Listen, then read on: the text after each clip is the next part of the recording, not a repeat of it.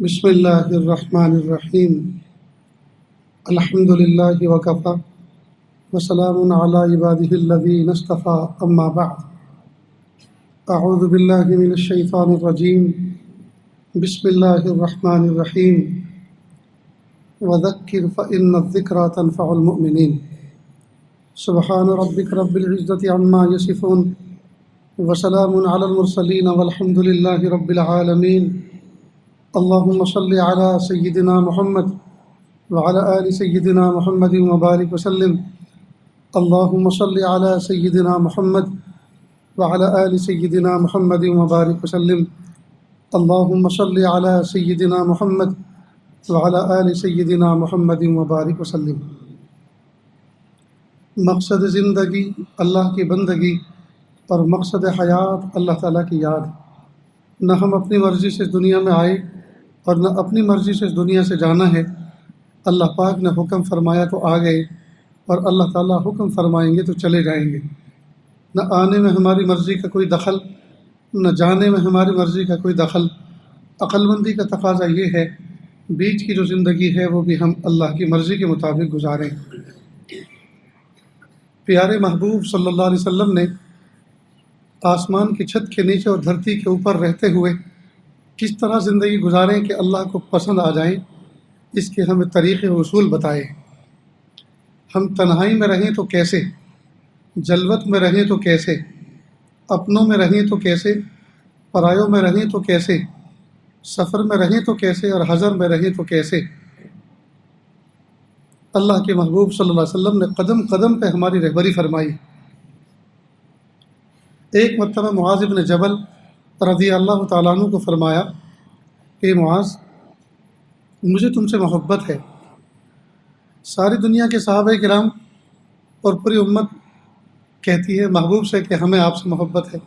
یہاں معاملہ الٹا، محبوب صلی اللہ علیہ وسلم فرما رہے ہیں کہ معاذ مجھے تم سے محبت ہے۔ اس سے پتہ چلتا ہے معاذ بن جبل رضی اللہ عنہ کا مقام کیا تھا۔ ایک مرتبہ 3 نصیحتیں فرمائیں۔ معاذ بن جبل رضی اللہ عنہ سے ایک مرتبہ 3 نصیحتیں فرمائیں۔ ان میں سے ایک نصیحت یہ تھی، اتق اللہ حیثما کنت، آپ تقوی اختیار کیجئے جہاں کہیں بھی ہوں، جہاں کہیں بھی رہیں تقوی کے ساتھ زندگی گزاریں۔ کیا مطلب؟ کچھ مقام تو ایسے ہیں جہاں آدمی نہ چاہتے ہوئے بھی تقوی اختیار کرتا ہے۔ پہلے تو یہ سمجھے کہ تقوی ہے کیا۔ تقوی کہتے ہیں اللہ تعالیٰ کی عظمت کو سامنے رکھتے ہوئے اس کی ناراضگی سے ڈرنا۔ اللہ تعالیٰ کی عظمت کو سامنے رکھتے ہوئے اس کی ناراضگی سے ڈرنا۔ ایک تو بندہ ظالم سے ڈرتا ہے، تو ظالم سے جس طرح سے ڈرا جائے اس طرح سے اللہ سے ڈرے نہیں۔ اللہ ظالم تھوڑی، ان اللہ لیس بظلام للعبید، اللہ تو ارحم الراحمین ہے۔ تو پھر ڈرنا کس بات کا؟ ڈرنا اس کی عظمت کو سامنے رکھتے ہوئے، اس کے مقام و مرتبے کو سامنے رکھتے ہوئے اس کی نافرمانی سے ڈرنا۔ کیسے ڈرنا؟ جس طرح بچہ اپنے باپ سے ڈرتا ہے۔ کیا مطلب؟ باپ شوٹر ہوتا ہے، باپ قاتل ہوتا ہے، باپ مجرم ہوتا ہے، باپ اٹھک پٹک کرتا ہے، پھر کیوں ڈرتا ہے؟ ایک بچہ کوئی ناشائستہ حرکت کر جائے تو دوسرا بچہ کہتا ہے میں تیرے ابو سے کہہ دوں گا، تو وہ ہاتھ جوڑتا ہے، پیر پڑتا ہے کہ اللہ کے لیے میرے ابو سے مت کہنا۔ تو کیوں اتنا ابو سے ڈر رہا ہے؟ اس کی عظمت کی وجہ سے۔ جو باپ مجھے کھلاتا ہے، پلاتا ہے، انگلی پکڑ کے چلاتا ہے، جی میری راحت کا، عیش کا، راحت کا خیال رکھتا ہے، میری تعلیم کا، میری تربیت کا خیال رکھتا ہے، اس اتنے مشفق اور محسن باپ کو اگر یہ پتہ چل جائے کہ تمہارا بچہ ایسی ناشائستہ حرکت کرتا ہے تو اس باپ کو تکلیف ہوگی۔ تو باپ کی تکلیف کے ڈر سے، جی، اور اس کی عظمت کو سامنے رکھتے ہوئے بچہ ڈر رہا ہے۔ تو بندہ اللہ تعالیٰ کی عظمت کو سامنے رکھتے ہوئے اللہ تعالیٰ کی ناراضگی سے ڈرے، یہ ہے تقوی۔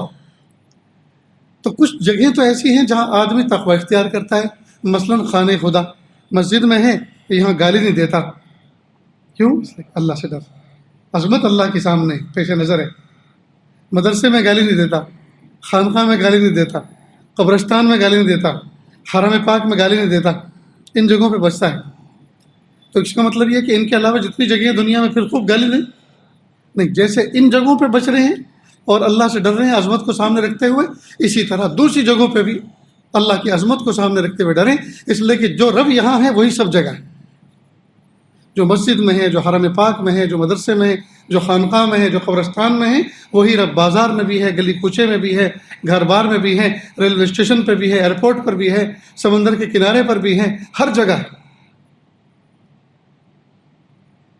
حضرت شیخ جلال آبادی رحمۃ اللہ علیہ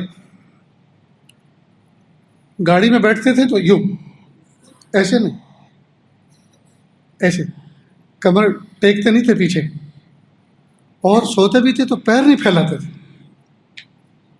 کسی نے پوچھا جو قریبی تھے تو کہا اللہ کی عظمت کے پیش نظر ڈر لگتا ہے کہ اس کے سامنے پیر پھیلا کے لیٹا جائے، جیسے باپ سامنے ہو، استاد سامنے ہو، جی استاد اور والد کے سامنے آدمی پیر نہیں پھیلاتا اس کی عظمت کے پیش نظر، تو اللہ تعالیٰ کی استحضار، اللہ کا استحضار اتنا غایت درجے تھا کہ ہر لمحے اللہ کی حضوری تھی، مقام احسان تھا، پیر پھیلاتے ہوئے ڈر، ٹیک لگاتے ہوئے ڈر۔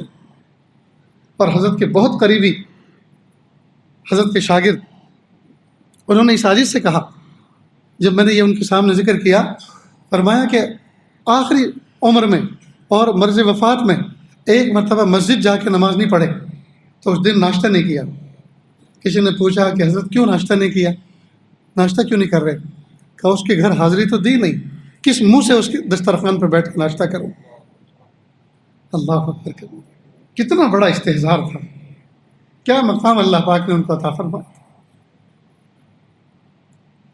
تو جس طرح سے مسجد کے اندر، خانقاہ کے اندر، حرم پاک کے اندر بندے کو اس بات کا استحضار ہوتا ہے میرا رب مجھے دیکھ رہا ہے، لہٰذا مجھے گالی نہیں دینا، مجھے لڑائی جھگڑے نہیں کرنا، مجھے ایسی حرکت انجام نہیں دینی جو ادب کے خلاف ہو، تو جس طرح سے جس رب کی عظمت کے پیش نظر ان مقام پہ بچتا ہے، تو اللہ کے محبوب صلی اللہ علیہ وسلم فرما رہے اتق اللہ حیث ما کنت، آپ تقوی اختیار کیجئے جہاں کہیں بھی ہوں، بلکہ جہاں کہیں بھی ہوں اور جس حال میں بھی ہوں۔ اس لیے کہ کچھ حال تو ایسے ہوتے ہیں، مثلا امی ابا کے سامنے بیٹھا ہوا ہے تو آدمی گالی گلوچ نہیں کرتا، استاد شیخ و مرشد کے سامنے بیٹھا ہے تو آدمی گالی گلوچ نہیں کرتا، گالی گلوچ نہیں کرتا۔ تو اس کا مطلب یہ کہ استاد نہ ہو، کوئی اور ہو تو اس کے سامنے کر لو، دوست ہو تو اس کے سامنے گالی گلوچ کر لو، نہیں۔ جس طرح سے حرم پاک میں، مسجد میں، خانقاہ میں، مدرسے میں، قبرستان میں، ان جگہوں پہ آدمی بچتا ہے، اسی طرح دوسری جگہوں پہ بھی بچے، اور جس طرح استاد کے سامنے، شیخ کے سامنے، پیر و مرشد کے سامنے، والدین کے سامنے بندہ احتیاط کرتا ہے، گالی گلوچ نہیں کرتا، لایانی کلام نہیں کرتا، اسی طرح ہر جگہ آدمی اور ہر حال میں احتیاط کرے۔ تو اتق اللہ حیث ما کنت، محبوب صلی اللہ علیہ وسلم نے معاذ بن جبل رضی اللہ عنہ کو کتنی پیاری نصیحت فرمائی، اتق اللہ حیث ما کنت، تقوی اختیار کیجئے جہاں کہیں بھی ہوں۔ آج ہمارا حال یہ ہے کہ ہم دورنگی زندگی گزارتے ہیں، ہم جلوت میں پارسا ہوتے ہیں، مخلوق کے سامنے نیک بنے ہوتے ہیں، اور خلوت میں جی پاپی ہوتے ہیں۔ جلوت میں پارسا اور خلوت میں پاپی، شیطانوں کو شرما دینے والے کاموں کا ارتکاب کرتے ہیں، اس لیے کہ کوئی دیکھنے والا تو ہے نہیں۔ تو اگر اس بات کا استحضار پیدا ہو جائے کہ میرا رب ہر جگہ مجھے دیکھ رہا ہے، میرا رب مجھے دیکھ رہا ہے، میرا رب میرے حال جی پر واقف ہے، اگر اس بات کا استحضار ہر دم ہر لمحہ ہو جائے تو پھر بندے کی جلوت اور خلوت ایک جیسی ہو جاتی ہے۔ اتق اللہ حیث ما کنت، ایک نصیحت یہ فرمائی، یہ سبق یاد رہے گا، اللہ مجھے بھی یاد رکھنے کی توفیق دے اور آپ کو بھی۔ پھر دوسری نصیحت یہ فرمائی، وَأَتْبِعِ السَّيِّئَةَ الْحَسَنَةَ تَمْحُهَا، گناہ کرنا نہیں ہے، لیکن اگر گناہ ہو جائے تو گناہ کے بعد فوراً کوئی نہ کوئی نیکی کر لیں، اس لیے کہ وہ نیکی اس گناہ کو مٹا دیتی ہے۔ جیسے ہم سب کے سب نہا دھو کر صاف ستھرے کپڑے پہن کر آئے ہیں، تو کپڑے جان بوجھ کر میلے کیا نہیں کرتے، میلے ہو جاتے، تو میلے کیا نہیں کرتے، کرنا نہیں چاہیے، میلے کیا نہیں کرتے، میلے ہو جاتے ہیں، جب ہو جاتے ہیں تو پھر پھینکا نہیں کرتے بلکہ دھو لیا کرتے ہیں۔ ٹھیک اسی طرح توبہ کرنے کے بعد گناہ کیا نہیں کرتے، نفس و شیطان کروا دیتا ہے، گناہ ہو جاتے ہیں، جب ہو جاتے ہیں تو پھر مایوس ہوا نہیں کرتے بلکہ توبہ کر لیا کرتے.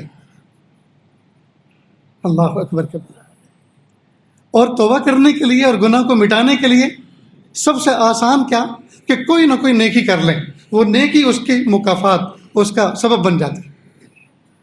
جیسے تختہ سیاہ پر، وائٹ بورڈ پر، بلیک بورڈ پر، گرین بورڈ پر. اب تو اصطلاحات اتنی بدل گئی ہیں. پہلے تو تختہ سیاہ ہوا کرتا تھا، اب تو تختہ سیاہ مستقل ایک گالی بن گئی ہے. بلیک مین ایک گالی بن گئی ہے، لہٰذا بورڈ بھی بدل دیے ہیں. اب وائٹ بورڈ آ گئے ہیں، گرین بورڈ آ گئے، اور پتہ نہیں کیا کیا آئے گا، ڈیجیٹل بورڈ آ گئے. اللہ اکبر. تو جس طرح وائٹ بورڈ پر ٹیچر ایک ڈسٹر لے کے کھڑا رہتا ہے، کوئی حرف غلط لکھا جاتا ہے فوراً مٹاتا ہے، تو یہ نیکی ڈسٹر کے مانند ہے، ریموور کے مانند ہے، اس ربر کے مانند ہے جس سے حرف غلط کو مٹا دیا جاتا ہے. تو جہاں کوئی غلطی ہوئی، جہاں کوئی گناہ ہوا، فوراً کوئی نہ کوئی نیک عمل کر لیں. چاہے تو لا الہ الا اللہ محمد الرسول اللہ صلی اللہ علیہ وسلم کلمہ طیبہ پڑھ لیں، چاہے استغفار پڑھ لیں، یا 2 رکعت صلاۃ التوبہ پڑھ لیں، یا قرآن پاک کی تلاوت کر لیں. تو یا تو ڈفرینٹ کچھ نیکیاں کر لیں، یا کوئی نیکیوں میں سے ایک قسم کر لیں، یا صرف چاہے کلمہ پڑھ لیں. اس لیے کہ جو کلمہ طیبہ کفر جیسے گناہ کو، شرک جیسے گناہ کو مٹا دیتا ہے. اس لیے کہ اس کلمے کے پڑھنے کے بعد ہی تو ایمان قبول ہوتا ہے، ایمان میں داخل ہوتا ہے بندہ. تو اتنے بڑے گناہ کو جو کلمہ مٹا دیتا ہے، گناہ تو اس کے مقابلے میں ہے کچھ نہیں، تو گناہ کو کیوں نہیں مٹائے گا؟ سچے دل سے لا الہ الا اللہ محمد الرسول اللہ صلی اللہ علیہ وسلم. الاسلام یہدی بما کان قبلہ. اسلام تو ہر چیز کو گرا دیتا ہے. اور اسلام قبول کیسے کیا جاتا ہے؟ کلمہ طیبہ پڑھ کر. معلوم ہوا اس سے اس کی کلمہ کی طیبہ کی اہمیت کا پتہ چلتا ہے. تو اتبع السیئۃ الحسنۃ تمحوها. آپ اگر کوئی گناہ کر لیں تو گناہ جان بوجھ کے کرنا نہیں ہے، لیکن اگر ہو جاتا ہے تو پھر مایوس ہونا نہیں، گھبرانا نہیں ہے، بلکہ فوراً کوئی نہ کوئی نیکی ایسی کر لینی ہے، وہ نیکی اس کی تلافی کا سبب بن جائے. تو کپڑے جب میلے ہوتے ہیں تو پھینکا نہیں کرتے بلکہ دھو لیا کرتے ہیں. اسی طرح سے جب گناہ ہو جائے تو بندہ مایوس نہیں ہونا چاہیے، بلکہ اس کو توبہ کر کے اللہ کی ذات سے پر امید ہونا چاہیے. اللہ اکبر.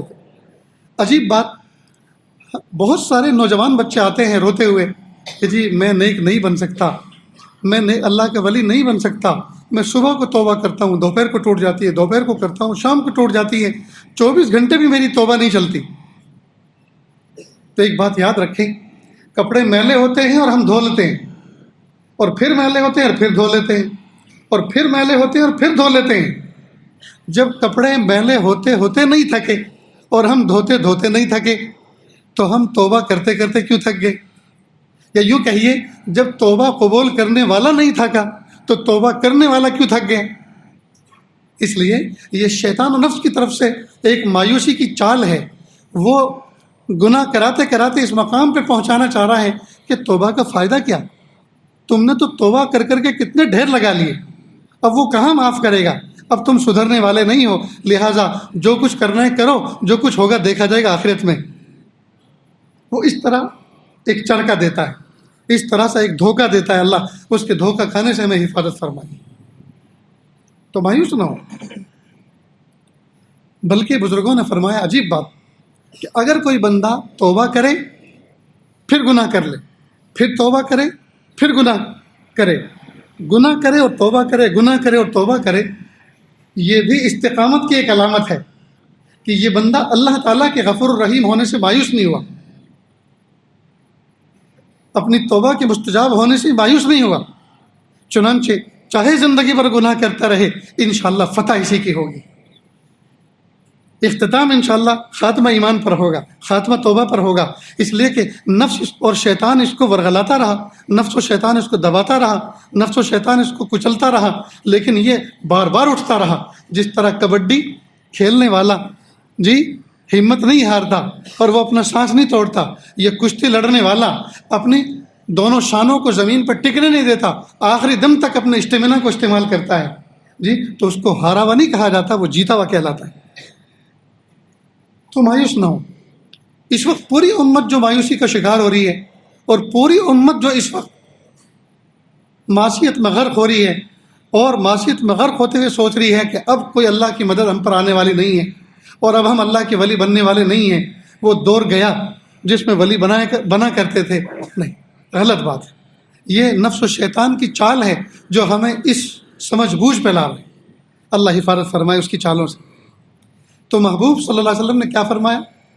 وَأَتْبِعِ السَّيِّئَةَ الْحَسَنَةَ تَمْحُوهَا، آپ گناہ اگر ہو جائے تو اس کے بعد فوراً کوئی نیکی کر لے، وہ نیکی اس گناہ کو مٹا دیتی ہے۔ اور تیسری بات فرمائی وَخَالِقِ النَّاسِ بِخُلْقٍ حَسَنٍ، لوگوں کے ساتھ حسن اخلاق سے پیش آؤ، لوگوں کے ساتھ کہا۔ وَخَالِقِ الْمُؤْمِنِينَ وَخَالِقِ الْمُسْلِمِينَ وَخَالِقِ الْأَزْوَاجِ، یہ نہیں کہا اپنے گھر والوں سے، اپنی بیوی بچوں سے تو حسن اخلاق سے پیش آؤ اور دوسروں کے ساتھ ایک دم کڑک بن کے رہو، سڑک پہ کڑک بن کے رہو، ایسا نہیں کہا۔ یہ نہیں کہا کہ اپنوں کے ساتھ تو حسن اخلاق سے پیش آؤ اور غیروں کے ساتھ ترش روئی سے پیش آؤ، یہ نہیں کہا۔ وخالق الناس، لوگوں کے ساتھ، اپنے ہوں یا پرائے، دوست ہوں یا دشمن، تمہارا کام یہ ہے کہ تم حسن اخلاق سے پیش آؤ، خندہ پیشانی کے ساتھ، مسکراتے ہوئے چہرے کے ساتھ، حسن اخلاق کے ساتھ۔ وخالق الناس بخلق حسن، لوگوں کے ساتھ حسن اخلاق سے پیش آؤ۔ اللہ اکبر کر دیا۔ ایک ایک حکمت پر محبوب صلی اللہ علیہ وسلم کی زبان مبارک سے نکلی ہوئی نصیحتیں ہیں، اگر ایک ایک حکمت پر بندہ کھولنا شروع کرے، بات کرنا شروع کرے، گھنٹوں اس پہ بات کر سکتا ہے۔ آج بہت سارے معاملات ہمارے بگڑے ہیں، خراب ہوئے ہیں ہماری ترش روئی کی وجہ سے،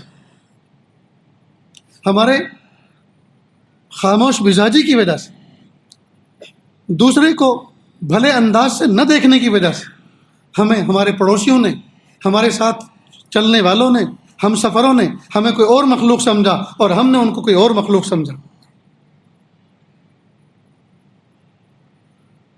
تو کوشش کریں کہ ہم اچھے اخلاق سے پیش آئیں۔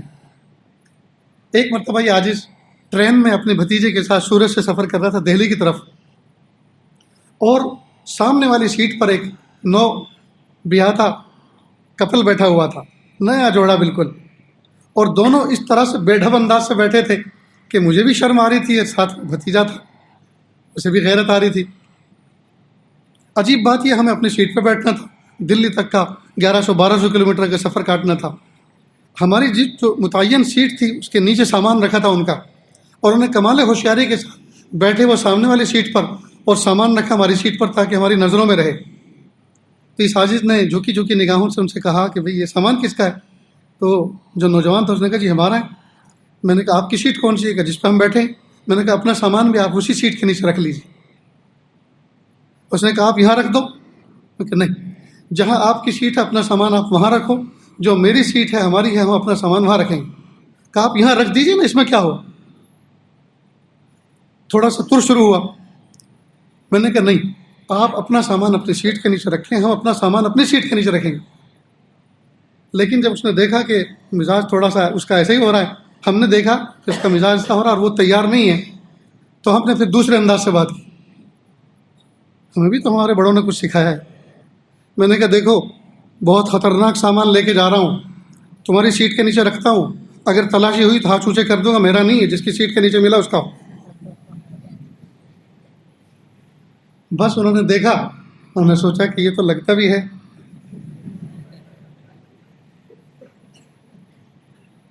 خیر اس نے بادر ناخواست اپنا سامان یوں کھینچ کے اپنی سیٹ کے نیچے رکھ دیا، ہم نے اپنا رکھ دیا اور آرام سے بیٹھ گئے۔ لیکن مزہ تو کرکرا ہو ہی گیا تھا سفر کا، اب 1100-1200 کلومیٹر کا سفر کاٹنا ہے۔ تھوڑی دیر کے بعد میں نے سکون سے کہا دوست اگر برا نہ مانے تو میں آپ سے ایک بات کہوں؟ کہ جی کہیے۔ میں نے کہا میں اپنی والدہ کے ساتھ ایک مرتبہ اسی روٹ پہ سفر کر رہا تھا، اور جہاں ونڈو پہ آج میں بیٹھا ہوں وہ میری والدہ کی سیٹ تھی اور میں تھا کنارے پر، یہاں کوئی 3rd person بیٹھا ہوا تھا۔ جب میری والدہ ایجڈ تھی، ان کو آرام کی ضرورت محسوس ہوئی، تو میں نے اس آدمی سے کہا کہ یہ سیٹ ہماری بھی ہے، ہماری ہی ہے، آپ بیٹھے ہوئے تھے لیکن اب میری والدہ کو لیٹنا ہے، تو آپ ذرا اپنی سیٹ پہ چلے جائیں جہاں آپ کی سیٹ۔ تو وہ فوراً اٹھ گیا اور اس نے جو اپنا کندھے کا تھیلا تھا وہی چھوڑ دیا۔ میں نے اس سے کہا کہ آپ یہ لے لیجئے، اس نے کہا نہیں اس کو رہنے تو کوئی بات۔ والدہ نے اس کو سر کے نیچے نہیں استعمال کیا، تو پتہ نہیں کیا چیز ہوگی اندر، وہ تھوڑا کھسک کر ایک طرف کو لیٹ گئی۔ تھوڑی دیر کے بعد اس بیگ کو لے کر اوپر چڑھ گیا، ایک نوجوان اور تھا اس کے ساتھ۔ اتنے میں ایک پولیس والا آیا اور آنے کے بعد اس کو کچھ اسمیل آئی، تو اس نے دونوں ہاتھوں سے ایسے جمپ لے کے اوپر دیکھا تو وہ دونوں ڈرنکنگ کر رہے تھے، اور اسی تھیلے میں جو وہاں رکھا تھا اسی میں سے بوتل نکلی تھی شراب کی۔ تو بڈھا اتنا چالاک نکلا، اس نے نوجوان کو تو کالر پکڑ کے نیچے اتار لیا، بڈھے نے پروف ختم کر دیا، فوراً اس کو پی لیا، ختم کر دیا، پروف ہی ختم ہو گیا۔ خیر، اب وہ ان کو کنارے پہ لے کے ان کی کیا پٹاوٹ ہوئی اور کیا ان کی سیٹنگ ہوئی وہ اللہ عالم۔ لیکن مجھے ایک سبق ملا کہ کسی کا بھی کوئی سامان اپنے سرہانے یا اپنے پاس یا اپنے سیٹ کے نیچے نہیں رکھنا۔ اگر وہ بڈھا جو اتنا چالاک تھا جس نے پروف ختم کر دیا، اگر چیک ان اسی وقت آتا اور وہ تھیلا کھولتا تو وہ اس وقت یہ بھی کہہ سکتا میرا نہیں ہے، جس کی سیٹ ہے اسی کا ہے، تو میں کیا کرتا؟ میں تو ایسا آدمی نہیں ہوں، ہم تو ان شوقوں سے بہت دور ہیں۔ اس لیے اس دن سے میں نے یہ کان پکڑا اور یہ عہد کیا کہ اپنی سیٹ کے نیچے اپنا سامان، اور ہر آدمی کو چاہیے کہ اپنا سامان اپنی سیٹ کے نیچے رکھے۔ دوسری بات، چور کسی کو نہ سمجھے، اپنے مال کی خود حفاظت کرے۔ یہ سبق مجھے آپ کو بتانا تھا، لیکن اس کے لیے مجھے بیٹھنا تھا، سکون کے ساتھ اپنے سامان کی سیٹنگ کرنی تھی۔ یہ بات اسی وقت ہو سکتی تھی، لہٰذا میں نے آپ کو اس انداز سے بات کہی۔ میرے سامان کے اندر کوئی ایسی چیز نہیں ہے کہ اگر تلاشی ہو تو میں آپ کا نام لے دوں۔ یہ تو مجھے اس موقع پہ کہنا اس لیے تھا کہ اس وقت آپ کے تیور انداز ایسے تھے کہ آپ سننے کے لیے تیار نہیں تھے۔ تو اس نے ہاتھ جوڑے اور کہا بہت اچھا آپ نے ایک سبق مجھے دیا اور سمجھایا، ایک کام کی چیز مجھے بتلائی، مجھے خوشی ہوئی اس بات۔ خیر اس کے بعد تو پھر ہم دوست ہو گئے۔ بہرحال حسن اخلاق ایسی چیز ہے کہ آدمی کو کبھی بھی اجنبی نہیں رہنے دیتا۔ حسن اخلاق ایسی چیز ہے آدمی کو کبھی بھی اجنبی نہیں رہنے دیتا، لہٰذا ہم حسن اخلاق سے پیش آئیں۔ ایک مرتبہ میں سفر حج پر تھا، احد کے دامن میں سلام پڑھنے کے لیے پہنچے تو وہاں کچھ عورتیں ہوتی ہیں فل حجاب پوش، جو کچھ تسبیح، مصلی، خوشبو کی چیزیں فروخت کرتی ہیں۔ میرے ساتھ ایک مربی تھے، انہوں نے فرمایا کہ جاؤ مولانا، یہ جو عورتیں کچھ بیچ رہی ہیں ان کا تعاون کرو، ان سے کچھ خرید لو۔ تو ان کا تعاون ہے، چنانچہ میں نے کچھ تسبیح خریدی، کچھ ضرورت کی چیزیں اور لی۔ تو کہا کہ ایک تو یہ کہ آپ نے ایک ہی سے لیا، اور جو آپ سے محبت کرنے والے تھے وہ سارے بھی اسی کے وہیں ٹوٹ پڑے، تو ایک ہی بڑھیا کے سب نے نفع کیا۔ آپ جگہ جگہ سے لیتے تو آپ کے ساتھی بھی جگہ جگہ سے لیتے تو سب کا بھلا ہوتا۔ ایک کمی تو یہ ہوئی۔ دوسری بات یہ کہ آپ نے تو صرف خریدا نا، معاملہ کیا؟ جی ہاں خریدا، معاملہ کیا۔ کہ اس میں کیا ہوا؟ کمال تو یہ تھا کہ ان غریب عورتوں کے ساتھ حسن اخلاق سے پیش آتے، آپ کچھ ہدیہ بھی دیتے ان کو۔ اللہ اکبر کبیرہ، کیا پیارا سبق ملا۔ اس عاجز نے پھر ان سے کچھ چیزیں خریدی، اور خریدنے کے بعد الگ الگ کچھ، کسی کو 5 ریال، کسی کو 10 ریال، اس طرح سے ہدیہ بھی پیش کیا۔ اس لیے کہ جو راستے کے اوپر، زمین کے اوپر بیٹھے ہوئے ہیں اور صبح سے شام تک چند ریالوں کی، روپیوں کی گراہی ہوتی ہے، تو اس میں کیا ان کو نفع ملتا ہوگا۔ کمال تو یہ ہے کہ ہم الگ سے بھی ان کی خدمت کریں۔ تو آپ کا ان سے خریدنا یہ ہے معاملہ، اور آپ کو ان کو کچھ ہدیہ پیش کرنا یہ ہے حسن اخلاق۔ یہ حسن اخلاق۔ ایک لاری پر آدمی سبزی فروش ہے، ایک لاری پر آدمی اسکریپ لے کر نمک بیچ رہا ہے محلے میں، یا فروٹ بیچ رہا ہے، پھل بیچ رہا ہے، کیلے بیچ رہا ہے، وہ پلاسٹک کا اسکریپ لے رہا ہے، وہ لوہے لکڑ کا اسکریپ لے رہا ہے اور وہ چیزیں بیچ رہا ہے۔ اب اندازہ کیجئے جو اپنی زندگی کا بوجھ لاری کی شکل میں کھینچ رہا ہے، وہ کیا اس کو نفع ملتا ہوگا؟ نہیں، اسی طرح اگر کوئی آدمی کسی کے پاس آئے اور یوں کہے کہ جناب آج میری بچی کو دیکھنے کے لیے ایک شخص اپنی بیوی کے ساتھ آ رہا ہے، اس کی عورت میری بچی کو دیکھے گی اور آج اس کی زندگی کا فیصلہ ہونے جا رہا ہے، رشتہ ہونے جا رہا ہے، اور گھر میں ایک پیسہ نہیں ہے، تنخواہ ملنے میں ابھی 10 دن باقی ہیں، اگر آپ مجھے 500 روپئے دے دیں تو میں انشاءاللہ 1 تاریخ کو تنخواہ ملے گی، میں 2 تاریخ کو آپ کو لوٹا دوں گا۔ اب جو آدمی جس کے گھر میں آج ایک بچی کی زندگی کا فیصلہ ہونے جا رہا ہے اور 500 روپئے وہ قرض مانگنے کے لیے آیا ہے، اس سے اندازہ ہو سکتا ہے نا کہ فریج میں کتنے فروٹ ہوں گے اور کچن میں کتنا سب رکھا ہوگا، اس سے اندازہ تو ہو جائے گا نا۔ تو آپ اس کو 500 روپئے قرض دیں، لیکن یہ ہوا معاملہ، آپ اندر جائیں، 500 روپئے لے کر آئیں اور کہ دیکھو بھائی آپ 1 تاریخ کو 2 تاریخ کو لوٹا دیں گے نا، کہ بالکل 1 تاریخ کو تنخواہ ملے گی، 2 تاریخ کو میں لوٹا دوں گا، کہ یہ لیجیے 500 روپئے۔ پھر آپ دوسری جیب سے 300 روپئے، 400 روپئے، 500 روپئے، 1000 روپئے، جو آپ کی وسعت ہو نکالیں اور کہیں دیکھو وہ تو ہے قرض، وہ تو آپ کو دوسری تاریخ پہ وعدے کے مطابق لوٹانا ہے، اور یہ ہے ہدیہ، اس کو قبول کیجیے۔ اللہ اکبر کبیرہ، اس کی آنکھوں سے آنسو جاری ہو جائے کہ اس بندے نے مجھ پر کتنا بڑا احسان کیا۔ میں تو کفایت کے ساتھ 500 روپے ہدیہ لینا آیا تھا، 500 روپے قرض لینا آیا تھا، لیکن اس نے تو میری ضرورت سے بھی زیادہ اور میری حیثیت سے بھی زیادہ مجھے دیا۔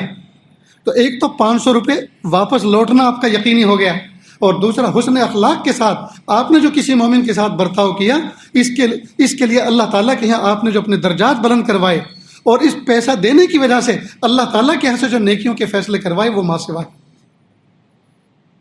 یہ ہے حسن اخلاق۔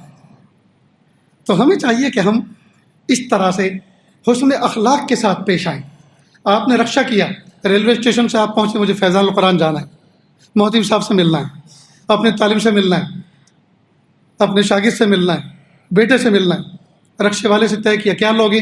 کہ جی 10 روپیے، اور کچھ کم کرو، کہ جی اچھا آپ 8 دے دینا۔ 8 روپے میں بات طے ہو گئی، آپ یہاں آ گئے۔ جب آپ اترے تو 8 روپے اس کو پیش کرے، بھائی یہ 8 روپے طے ہوئے تھے نا؟ کہ جی ہاں 8 روپے آپ نے دے دیے، کہ ٹھہرو۔ دوسری جیب سے آپ نے 5 روپے نکالے یا 10 روپے نکالے، کہ یہ میری طرف سے ہدیہ ہے، بچوں کے لیے کوئی چیز لیتے جانا۔ یہ کیا ہے؟ یہ حسن اخلاق، یہ حسن اخلاق۔ اب سوال یہ پیدا ہوتا ہے کہ اس وقت تو 10 روپے جب وہ کہہ رہا تھا تو اس کو نیچے اتارا، 8 روپے کروائے، اب اوپر سے دے رہے ہیں، تو ایسا کیوں کیا؟ پہلے سے ہی بیٹھ جاتے اور آ کے 20 روپے دے دیتے۔ نہیں، اس سے گھراکی خراب ہوتی ہے، اس سے معاملات خراب ہوتے ہیں۔ جی، ہر آدمی پگڑی والا تھوڑی ہوتا ہے، ہر آدمی آپ کے جیسے حسن اخلاق والا تھوڑی ہوتا ہے۔ پھر وہ تو آپ جیسے کو جب بھی دیکھے گا سوچے گا یہ لوگ تو زیادہ ہی دیتے ہیں، لہٰذا ایسے ہی بٹھا لیا کرو ان کو۔ اور آگے جا کے اس نے دیے 5 روپے، آپ نے کہا جی نہ 5 روپے نہیں، یہاں تو 10 روپے ہوتے ہیں۔ کہ نہیں نہیں، لوٹ مچا رکھی ہے آپ نے، 5 روپے ہوتے ہیں، تو اب یہاں سے منازع ہوگا، لڑائی ہوگی۔ بہرحال حسن اخلاق ایسی دولت ہے، ہم اس کے ذریعے سے اپنے اسلام کی بھی تعریف کرا لیں گے، اپنے ماں باپ کی بھی تعریف کرا لیں گے۔ ایک مرتبہ یہ عاجز ریلوے اسٹیشن پہ کھڑا تھا، کسی نوجوان نے دوسرے کے ساتھ مس بیہیو کیا، اور اس کے بعد اس کو احساس ہوا کہ میں نے غلطی کی۔ کہا بھائی سوری، کہا جاؤ میاں اپنا کام کرو، تمہارے زبان سے نکلنے والے جملوں سے مجھے پتہ چل گیا تمہاری ماں کیسی ہے، تمہارا باپ کیسا ہے، تمہارا خاندان کیسا ہے۔ تو دیکھیے، ایک آدمی بد اخلاقی کرتا ہے، اس بد اخلاقی کی وجہ سے پورا خاندان ناپ لیا جاتا ہے، پورا شجرہ ناپ لیا جاتا ہے، دیکھ لیا جاتا ہے ان کے ماں باپ کیسے ہیں، ان کی تربیت کیسی ہے، ان کا خاندان کیسا ہے، ان کے اولیاء انبیاء کیسے رہے۔ اس لیے ہم اپنے اخلاق کو گرنا نہ دیں، ہم اپنے اخلاق کی وجہ سے جی اسلام کی بھی تعریف کرائیں، اپنے ماں باپ کی بھی تعریف کرائیں، اپنے پیر و مرشد کی بھی تعریف کرائیں، اپنے استاذ کی بھی تعریف کرائیں، اپنے مربی کی بھی تعریف کرائیں۔ ایک مرتبہ یہ عاجز ایک نوجوان کے پیچھے بائک پہ بیٹھ کے جا رہا تھا، اب وہ بچہ چلا رہا تھا زگ زیگ۔ میں نے کہا بیٹا سنو، اس شہر میں آپ کو کوئی نہ جانتا ہوں، مجھے ہزاروں پہچانتے ہیں، میں بیٹھ کے جاؤں گا تو لوگ کہیں گے مولانا ایسے کے پیچھے بیٹھتے ہیں جو ایسا چلاتا، اور مان لو تھوڑی دیر کے لیے آپ کو بھی کوئی نہیں جانتا، مجھے بھی کوئی نہیں پہچانتا، لیکن میرے اور آپ کے مذہب کو ساری دنیا جانتی ہے جی، تو لوگ کیا کہیں گے؟ یہ میاں لوگ ایسے ہی ہوتے ہیں، یہ سب کو تکلیف دیتے ہیں، دیکھو کیسا چل رہا ہے، سب کے دل کی دھڑکنیں بڑھا رہا ہے۔ اس لیے اخلاق سے چلو۔ غرض یہ کہ محبوب صلی اللہ علیہ وسلم نے جو معاذ بن جبل رضی اللہ عنہ کو ایک نصیحت فرمائی، وخالق الناس بخلق حسن، آپ لوگوں کے ساتھ حسن اخلاق سے پیش آئیں، یہ کتنی عظیم نصیحت ہے۔ تو جو آدمی ہر وقت تقوی کے ساتھ زندگی گزارے، اگر بشریت کی وجہ سے یعنی نفس اور شیطان کے غلبے کی وجہ سے اگر کوئی گناہ کر لے، اگر کوئی گناہ اس سے ہو جائے تو فوراً کوئی نہ کوئی نیکی کر لے۔ تو جو تقوی کے ساتھ زندگی گزارے، گناہ کے بعد فوراً کوئی نیکی کر لے، توبہ کر لے، اور اسی طرح حسن اخلاق کے ساتھ زندگی گزارے، اس انسان سے بہتر بھی کوئی انسان اس دھرتی پہ ہو سکتا ہے، اور اس سے بہترین زندگی بھی کسی انسان کی ہو سکتی ہے جو تقوی کے ساتھ زندگی گزارتا ہے۔ اور تقوی پہ اللہ کی طرف سے نعمتوں کے وعدے ہیں، رحمتوں کے وعدے ہیں، مغفرتوں کے وعدے ہیں، رزق حلال میں برکتوں کے وعدے ہیں۔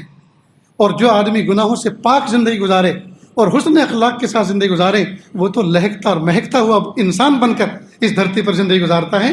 اللہ تعالیٰ ان تینوں نصیحت پر ہم سب کو عمل کرنے کی توفیق عطا فرمائے۔